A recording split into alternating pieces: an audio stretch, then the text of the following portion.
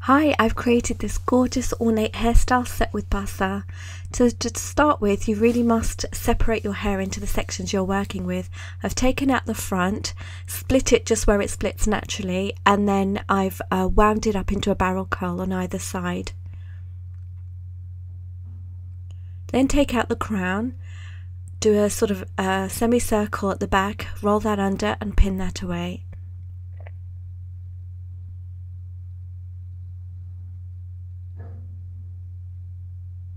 And then with the rest of the hair, ponytail them off. Now how much your sections are will depend on how much hair you have to work with, so you might not necessarily get exact.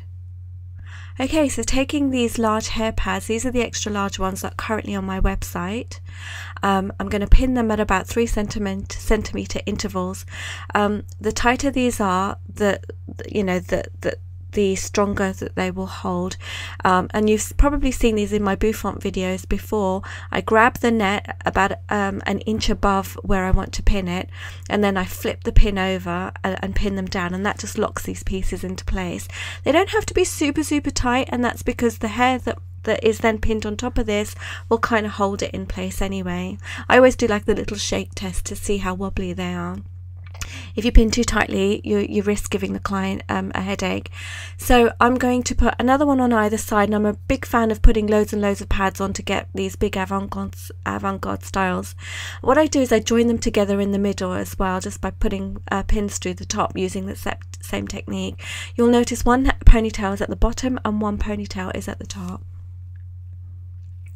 I also felt that the buns were not central. They're not all perfectly round and the same shape, so what I'm doing is using one of the long sausages that you'll find on my website and placing that on the side that I feel needs a little bit more in order to balance on either side. And for this hairstyle I wanted it to show from the front, so it actually comes further out from the sides of the client's head. In this case the client is my daughter. I'm back combing with long back strokes with the comb to get a lot of body, and then I'm going to pin that up. Now this is the ponytail that was at the bottom. It doesn't matter that it doesn't cover the full bun at this stage, just make sure that the bun is covered on one side and that none of the padding is showing, and kind of pin towards the top, and that's because all this bit will be covered. Then taking the top ponytail and splitting it in half, and I'm going to do the same and cover the other side of the bun that's showing. And because you've got this kind of up bit, and then you've got this bit that's pinned downwards as well, you're going to need to spray that, because any combing that you do on top of it, like I'm doing now, you want it to stay in place and you don't want it to start poking out. If you've got hair that's kind of razor cut, or from a brand new haircut, then you might want to put a hairnet on at this stage to stop these little hairs from poking out. Mine's got cut quite long enough hair, so it will hold. But as you can see, where I'm kind of combing upwards and on the other side I'm going to comb downwards, it's quite easy to catch the comb and pull those hairs out, so it's great to use a hairnet. Then taking the rest of the ponytail in small sections of about 1.5 centimeters each, and not too thick either, I'm spraying them down and moulding them with the hands, no tongs and no heat today, and I'm just going to curl them randomly. The curls will be more towards the middle bottom at this stage. So I don't want these too high, because the rest of the hair will have curls that are placed high, and there's no point piling curls on top of curls. So I want to get the bumpy bit, the kind of height here. And remember, I'm doing this for like a dupatta setting anyway, so it's always great to use pads to stop the height from collapsing. So I'm putting another light sausage on top, and then I'm taking a hair that was split at the crown, splitting that up into a thinner section, back combing just at the roots, a very light back comb. I'm not like doing them too crazy, but still, you know, it's got enough back comb in there. Smoothing that out at the top. I've obviously sprayed that. I can't remember for sure, but I think I've sprayed that. More hairspray than I usually use for my hairstyles, but this one I wanted it quite smooth and very slick and very well formed. Before I've pinned that down, I'm kind of curling it at the ends, at the center, shaping it, and then putting one pin through the middle, and that just stops me having a lot of pins showing. Then with the tail, spraying that off and using my comb just to shape the ends there, and then place that around the curl that I've just formed. I'm so excited. This is a really, really nice hairstyle actually, and one that I do often. It's been around for a while, just with different modifications. Obviously it was a lot smaller sort of 4 years ago, and it's just got bigger and bigger and bigger.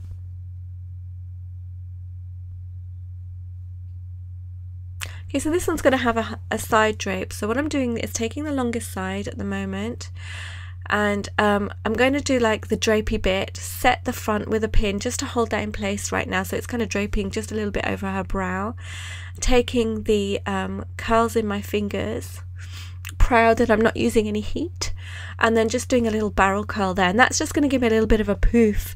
So this is the under poof, I guess, without using a padding. This is also how you can do give height to a hairstyle. So you could actually do this at the crown instead of where I've put that sausage padding, and it will give you the same effect. If you've got a bigger section, you might want to do it with a tong so that it keeps its shape.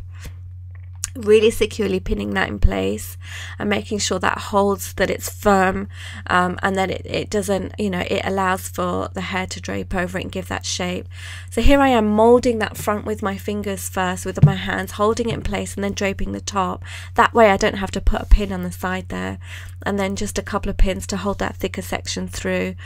Spray it as well just to keep it in place. I formed a barrel around coil curl with the end there, and this is the hairstyle done. I'm going to quickly move on to makeup, although there's not a lot of focus. Maya's got teenage skin, so she can get very, very sweaty and very oily, so I've used a Smashbox primer to hold those oils in place.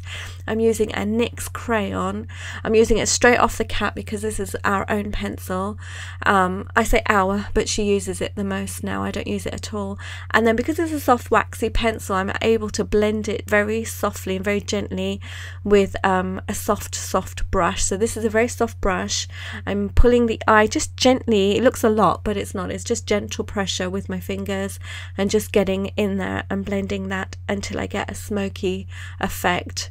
And then I'm using a gold taupey cream eyeshadow, and then I'm applying that in the corners and then right underneath as well. And just because of our eye shape, I don't want to go too crazy with this, so a soft outer smoke is a lot better than a full-on smoky for Maya's eye shape. I'm applying Stargazer gold eyeshadow. It's a peachy gold eyeshadow, and then with a black eyeshadow I am applying sort of an eyeliner effect just to create more of a smoke and a wing it out as well. If you hear any noise, it's Abdul doing some work downstairs. We're still building and it's still the same as you last saw it. Nothing's changed. So I'm applying eyeshadow in the crease there, and then I'm applying powder to the brow and blending out the crease colour with it, and then I'm applying a bit more of a golden eyeshadow into the middle of the eye, and then applying a whitish eyeshadow just to the brow there, just to set it off a little bit more. I'm applying 2 shades of skin-based foundation and just checking the colour with a brush. It matches, it's fine. So I'm applying a very light amount of foundation to her skin, and then going over it with a little spot brush just to clean off any blemishes where I need to. So pat that on, and then pat on again with a softer brush, and then patting on some foundation. Now this is for a shoot, so I've put on a lot more powder, not foundation, powder, and then I'm applying contour colours, blush colours, highlighter colours.